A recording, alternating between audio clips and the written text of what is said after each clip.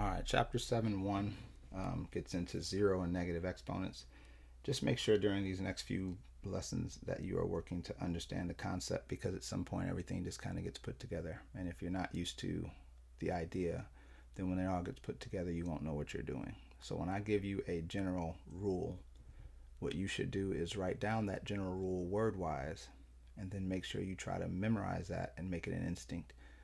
So again, today we begin to look at properties of powers. Remember that a power, P, is made up of a base, B, and an exponent, E. So in terms of understanding the lingo, this would be your base, that would be your exponent. Whenever you have a base to an exponent, it is a power. That's not like BE equals P. It's saying that the whole thing is a power. But a power is made up of a base and an exponent. So we've worked with exponents. Mostly we've looked at the fact that exponents are just an expansion of multiplication, which meant that m to the 6 meant write m, and then actually multiply that out.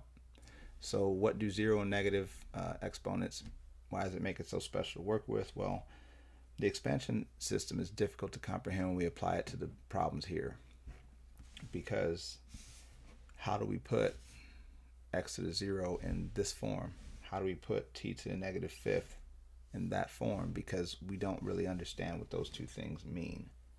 But if you analyze some patterns, it'll help you understand really what's going on. So if I take out my calculator and I do 9 to the 0 power, using the caret, by the way, whenever you use this calculator, that caret, if that's what you have on your calculator, is how you do powers. Notice I get the answer of 1. 4 to the 0, so 4 caret 0 is also 1. What if I type in parentheses negative 118 caret 0? I get 1. So there you go. I mean, to me, that tells you everything you need. 9 to the 0, 18 to the 0, 45 to the 0. So pretty much everything to the 0 power is 1, and that's what you need to understand. So write that down for yourself, because you have to know that. Anything to the power of 0 equals 1. Now, visually, what it would mean, actually, we'll talk about that. You'll see the actual purpose of that later on when we get to multiplying and dividing exponents. But anyway, just make sure you write that down, because, again, that is important. So negative exponents, let's look at what happens calculator wise. When we take 4 to the 2nd power, we get the answer of 16. What about when we take 4 to the negative 2nd power? Again, you can do that in these calculators. You get 1 over 16. Interesting. And what about when we take 1 over 4 to the 2nd, negative 2nd? You get 16. Okay, so I'm not going to look at this, but let's look at these two. Pretty much what we did here, what I noticed is that 4 to the 2nd was a regular 16. 4 to the negative 2nd was a 16 on the bottom. Okay. And when 4 to the 2nd would be 16 on the bottom, it actually moved it to the top. So here's what I know about this, or here's the pattern that you want to write down for yourself here. Any value with a negative exponent moves it to the opposite side of the fraction. So again, we will see this, we'll work with this, and I'll even give you ideas to kind of help you understand it. But make sure you wrote down this rule and you memorize it, because if you don't memorize it, you're not going to do well. And make sure you write this down and memorize it, because if you don't memorize it, it's not going to work well. Here's the way I usually think about this. You have two neighborhoods in a city, and you have the north neighborhood and the southern neighborhood. So top and bottom, north, south, whatever you want to call it, doesn't matter. And you have people who live in these neighborhoods and family members that live with them.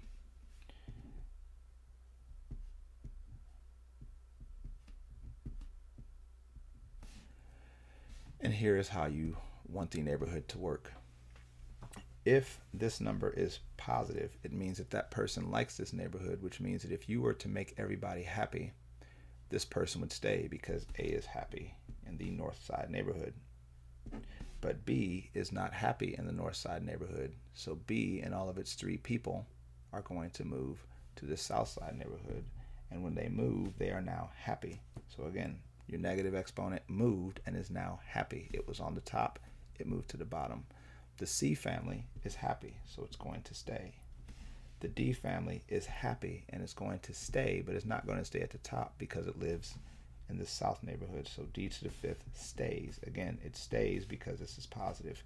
The E family is unhappy, and so E and all of its 4 people moves to the other side, which would be up in this case.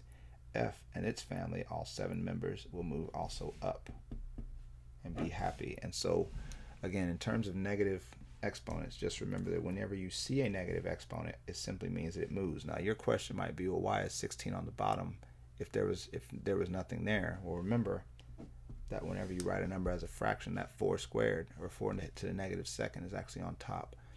And so when you get your answer, it actually moved down. 4 to the negative second actually became 1 over 4 to the positive second because it was unhappy, which is where your 1 over 16 came from. So again, just kind of keep that in mind because that's where everything's going. You won't need to go into that depth in terms of your work, showing work, but it's just to help you understand it. In order to apply this to our problems, again, you must learn to visualize higher level expressions as a series of connected parts. This is no longer one term. When you count this, you should see 1, 2, 3, 4, 5 things. The negative sign, because it's in the front, is all by itself, and that is one part. The 5 squared is its own part. E to the 6th, its own part. F to the 0 is its own part. G to the 9th is its own part. And so when you work it out, the negative, because it's there, is just going to stay. Because again, the only way a negative goes away is if it's a negative times another negative, and there's no multiplication going on. The 5 squared becomes 25, because that's what 5 squared is. The thing is, e to the negative 6th is unhappy. And if you remember, all of this is over the number 1, which means that e to the negative 6 does not live like living in the northern neighborhood, which means e to the 6 is going to move down here. F to the 0. Well, here's the thing. And it helps to understand that anything to the 0 power is 1, but in terms of this, if there are no f's, this is literally saying there's 0 f's. It means it's just not there. It's really not there. And then g to the 9th is happy where it's at, which is why it stays up here. Again, the negative stayed. So really you could leave the negative in front of the fraction. But again, in terms of breaking this down, the negative makes the whole thing negative. 5 squared turned to 25. E did not like living up, so it moved down. F really wasn't there in the first place because it literally says there are 0 F's, and G to the 9th stayed right there. Again, that's the family of F with 0 members. If there's a family renting your house with 0 members, and there's really no family renting your house because, again, nobody lives there. So you don't need to even say that anybody's living there, so you take the F away because F to the 0 is not there. Examples. Again, this should be 2 parts. Until you can view this as 2 parts, you're going to have issues on your homework. But once you get that it's 2 parts, you understand that these 2 people can move independently.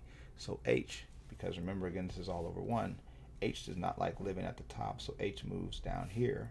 J is fine where it's at, so it stays up here. And that is it. That is all you need for today. Now again, there's going to be more things going on, but that's all you need for today. Here again, there are 2 separate parts. M is happy where it's at. P is not. And so it moves and is happy at the bottom. The key thing that I see people mess up on is they move the P to the bottom and then they leave it negative. But if P was negative at the top, it's going to be positive at the bottom. Once you move it, it has to switch. This is not one of those things where you think, well, maybe they won't like it. Don't think too deep. Just think about it as if they're not happy in the north, then they're happy in the south. If they're not happy in the south, then they're happy in the north. Whatever it is, just make sure, again, you're ready to switch that around. This one here, again, how many things are here? 1, 2, 3, 4, 5. And once again, the negative here is going to make the whole thing negative. From experience, I know I'm going to end up with a fraction and probably with a negative in front of it, so I'm going to just go ahead and set it up like that to start. 18 to the 6th, again, it's the 6th power, so 18 is happy, but I think it's a very big number. And it is. That's ridiculous. Why would I even do that to you? I'm pretty sure if that number's that big, they're just going to leave the 18 to the 6th. I'm pretty sure. If not, you know to convert that to be that big number. But for right now, I don't think they want you typing all that. All I do know is that C is not happy where it's at. And remember, visually, even though it's not there, C is on top, so it's going to move to the bottom. T is really not there in the first place, and Y is happy where it's at.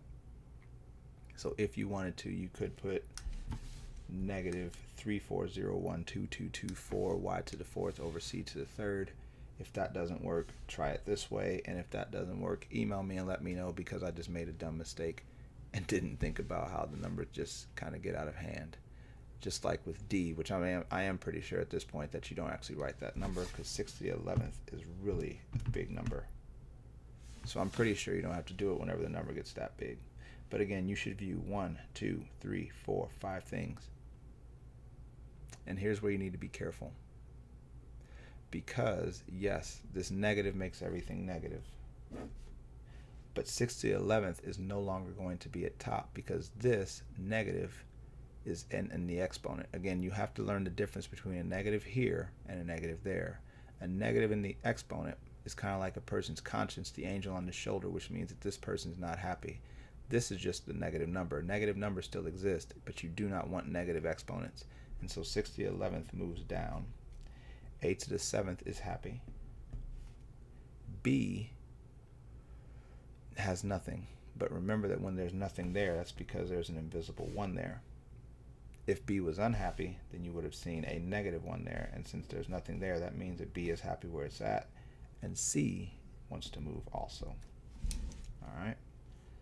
So with all that, just make sure you're aware. This, as I said in the beginning, and I said it without even reading this final thought, this chapter requires instinctual memory. Again, thinking about a sport.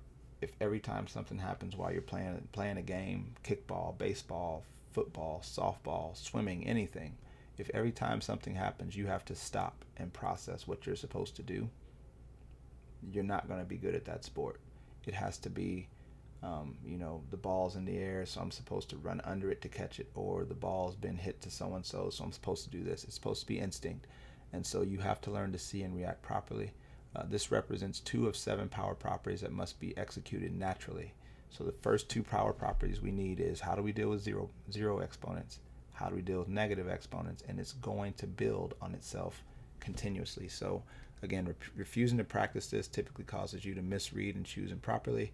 Again, approach every lesson as if it's very important, no matter how repetitive or boring that it may seem, because this is going to be very important to you. Trust me when I tell you that. Other than that, like I said, if you email me, make sure you show me your work so I can help you figure out where you messed up, and have a good day. Good luck.